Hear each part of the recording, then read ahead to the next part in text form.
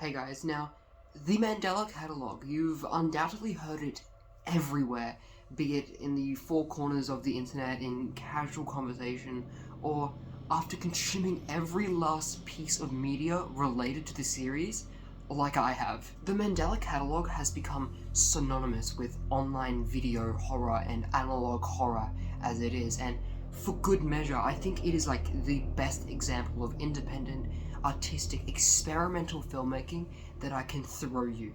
From deep, introspective, and vastly varied characters that work hand in hand with each other to create an even deeper story, to a carefully constructed video structure and release window and format that rivals anything I've ever seen, the Mandela Catalogue is the real deal. It's the shit. What bad can you level against this series? It's a well-crafted, well-executed narrative, which, mind you, keeps defying the expectations of its audience time and time again, communicated through a visually stunning and controlled world, intricately detailed and decorated, inspired, down to the last granule, down to the last detail, and it's just breathtaking. Alex Kister has hit the nail on the head with each succeeding upload again and again. The Mandela Catalogue is a consistently organized yet perfectly disjointed series which bridges the divide between traditional internet horror, early analog horror staples, and the independent filmmaking of my generation. It is insane as to what Alex Kister, at not just 20 years of age, happy birthday by the way, Alex, but in the last 3 years has achieved, mostly independently but with a collaborative team as well. I, as someone who also creates content on this very platform, also of a fictional nature, can only dream of creating something like this. And all of what I've said, it extends to the mystifying oracle in all of Alex's work. But for the purpose of strictly discussing the Mandela Catalogue, what can I say? This series is bloody everything to me.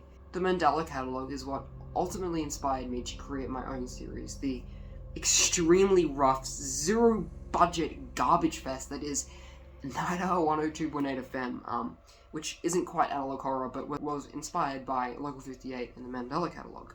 I only stumbled across the Mandela Catalogue when it was around 6k subs, so like back when Alex's channel was still named the Mandela Catalogue, and I quickly found solace in it. That's as best as I can put it.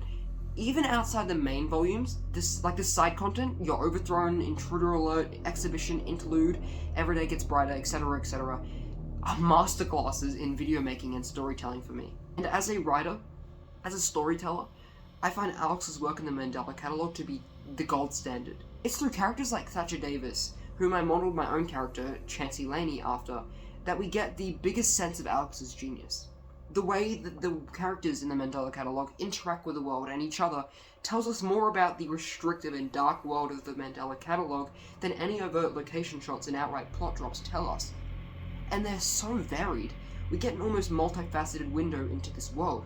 Thatcher and Ruth give us this taste of the helplessness of even Mandela's brightest and most promising cops, and the law in general, tying in seamlessly to the Think principle.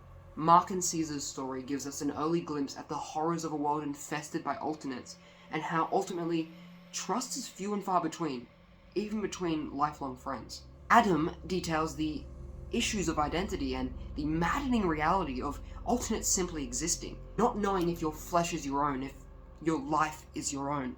Dave shows us what a bleak world like the one in Mandela looks like for your average business person, and how even a mission of good and good intentions can end up feeding a much darker evil. And finally, Sarah, Jonah, and Eve, as far as we know, represent the collateral of that crisis of identity, which we can see through Adam, and how everyday citizens are made victims and even hunted by their own government for simply investigating the existence of alternates. It's crazy world building, only complemented by Alex's insane visual representations. And there's all these tiebacks to biblical intentions, biblical messages, which it works hand in hand, and personally, volumes 3, and 4 are where the story is really born for me. I adore them, especially volume 4, which is like my all-time favorite YouTube video and one of my favorite pieces of media in general. The Sin City-esque live-action shots are my favorite addition to Alex's repertoire. It's genuinely amazing Sprinkle in the sensational acting of our ensemble cast, including Thorn Baker, who I absolutely admire both creatively and musically and in every aspect. And you get something special, like genuinely beautiful. And I don't understand people who say that the horror aspect drained out or lost its spark since Volume 2 or something. I just don't get it. Naturally, things get less scary the more you get accustomed to them, but there were still plenty of uneasy moments in Volume 4 which were just set against the natural beauty of the scenes. I mean, talk about that Thatcher scene, the Thatcher bedroom scene, like, Jesus, fucking great shit. But you must understand that the Mandela Catalogue is a story first and foremost, and an amazing one at that, and Alex and crew have done a fucking sensational job. Alex, if you're listening, dude, I love your shit. And that's my thoughts on the Mandela Catalogue collated. Thank you for sticking around, and if you want to see more, consider subscribing and dropping a comment down below. It'd be greatly appreciated. Thank you, and I will see you next time.